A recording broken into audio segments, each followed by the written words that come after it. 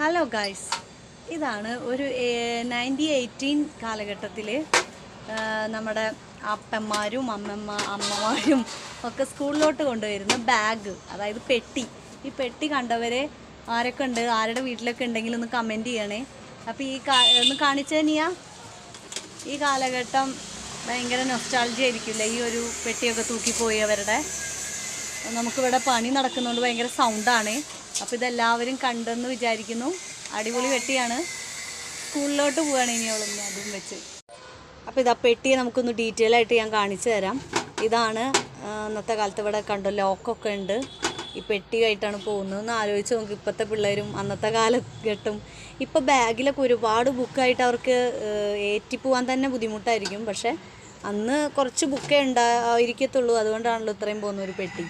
പക്ഷേ നല്ല രസമാണ് കാണാൻ. നമുക്ക് ഇങ്ങനെയൊന്നും ചിന്തിക്കാൻ പോലും പറ്റുന്നില്ല. നമുക്കിപ്പോൾ ആകെ നാണക്കേടായിരിക്കും ഇതൊക്കെ തൂക്കിപ്പോകുന്നത് ആലോചിക്കുമ്പോൾ.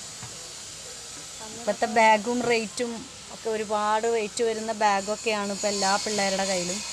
പക്ഷേ ഇത് കൊള്ളാം അല്ലേ. നമുക്കിത് കാണുമ്പോൾ ഇപ്പോൾ ഭയങ്കര സന്തോഷം മാത്രമേ തോന്നുന്നുള്ളൂ. അങ്ങനെ അപ്പോൾ എല്ലാവരും ഇത് കണ്ടെന്ന് വിചാരിക്കുന്നു. ബായ്.